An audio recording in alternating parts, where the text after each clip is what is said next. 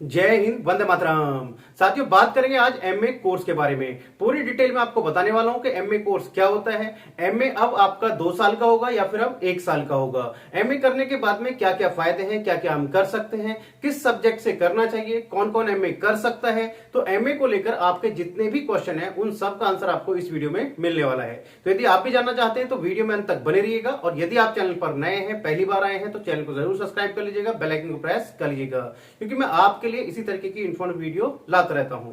साथियों, बात करते हैं एमए यानी कि मास्टर ऑफ आर्ट। ये आपका एक पोस्ट ग्रेजुएट डिग्री प्रोग्राम है। अब बात करते हैं कि एमए आपका 1 साल का होगा या फिर 2 साल का होगा।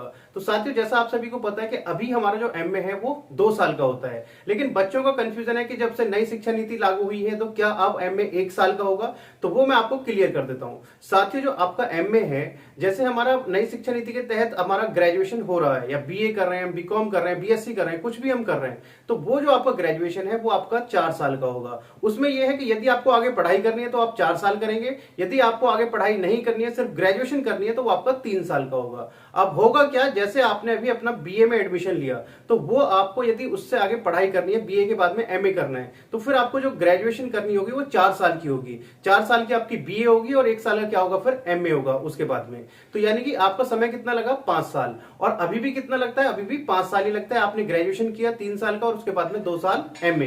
तो यानी कि बात वही है, जब आप 4 साल का ग्रेजुएशन करके जाएंगे तब आपका एमए 1 साल का होगा, और यदि आपने ग्रेजुएशन किया हुआ है 3 साल का तो आपका जो एमए होगा वो 2 साल का ही होगा। तो ये चीज आपको क्लियर हो गई होगी, यहां पे परेशान होने की आवश्यकता नहीं है।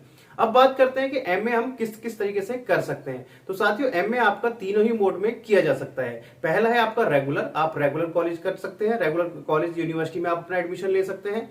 दूसरा है आप डिस्टेंस मोड में कर सकते हैं, जो प्राइवेट यूनिवर्सिटी है जो डिस्टेंस से कराती है वहां से आप कर सकते हैं। और तीसरा है प्राइवेट, यानी कि जो स्टेट गवर्नमेंट यूनिवर्सिटी है, यदि आपको समय नहीं है तो आप प्राइवेट भी कर सकते हैं। अपनी पढ़ाई अपनी जॉब के साथ साथ आप कर सकते हैं, या कुछ भी आप कर रहे हैं, आप रेगुलर नहीं जा सकते कॉलेज, तो आप प्राइवेट मोड में भी कर सकते हैं। तो तीनों ही मोड में आप कर सकते हैं अपना एमए। पूरी तरीके से तीनों की डिग्री जो है वो मान्य होती है।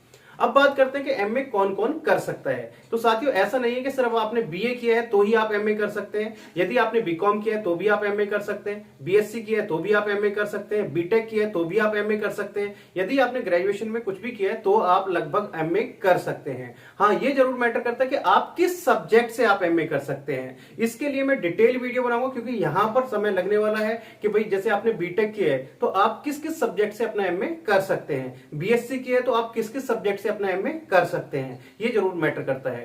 तो यदि आप ये जानना चाहते हैं कि आप किस किस सब्जेक्ट से एमए कर सकते हैं तो उसके लिए मेरे से कमेंट बॉक्स में पूछ सकते हैं, मैं उसके लिए एक सेपरेट वीडियो बना दूंगा।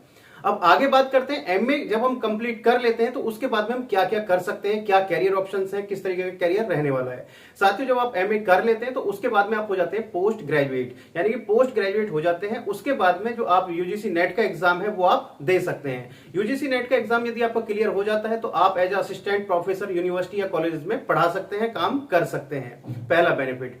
दूसरा बेनिफिट है, जब आप एमए कर लेते हैं, अपना पोस्ट ग्रेजुएशन कंप्लीट कर लेते हैं, तो उसके बाद आप डायरेक्ट पीएचडी के लिए अप्लाई कर सकते हैं। यानी कि पहले क्या करना होता था, एमए के बाद में एमफिल करना होता था, लेकिन अब आप डायरेक्ट अपना एमए के बाद में क्या कर सकते हैं, पीएचडी कर सकते हैं, पीएचडी के लिए जा सकते हैं। प्राइवेट यूनिवर्सिटी से भी कर सकते हैं, गवर्नमेंट में यदि आपका यूजीसी नेट का एग्जाम क्लियर हो जाता है, उस पर अच्छा स्कोर आप करते हैं तो जेआरएफ आपको मिल जाता है, तो वहां से भी आप पीएचडी कर सकते हैं।